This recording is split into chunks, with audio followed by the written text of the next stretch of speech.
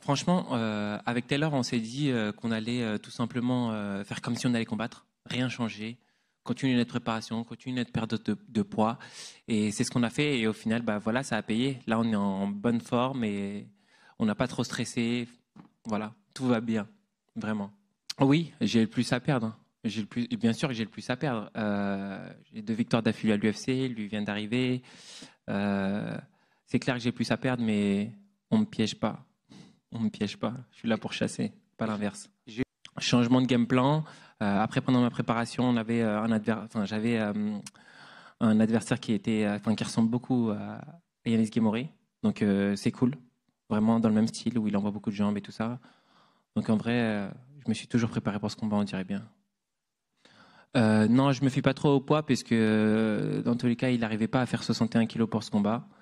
Donc, c'est un 66 en vrai, hein. C'est un 66 qui essaie de se battre pour aller en 61, mais ça fait plusieurs combats qu'il fait à 65 ou 66 kilos. Donc, c'est un 66. Donc, non.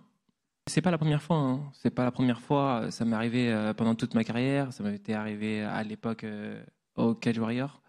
On m'avait amené comme ça contre un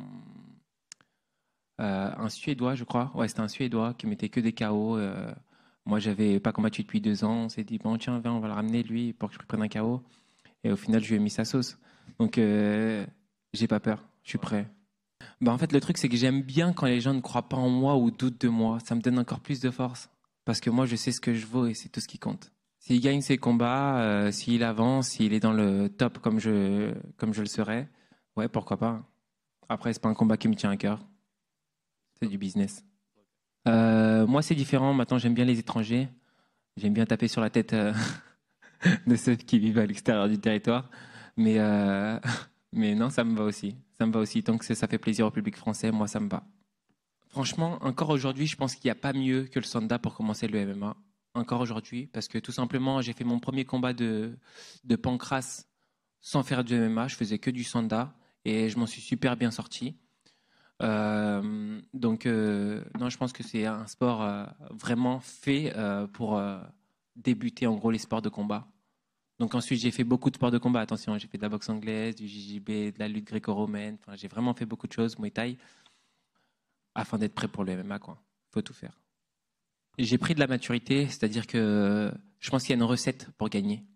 Il y a une recette pour gagner, donc c'est pas juste de la bagarre, là c'est de la tactique, c'est un combat. Un combat, ça se fait intelligemment.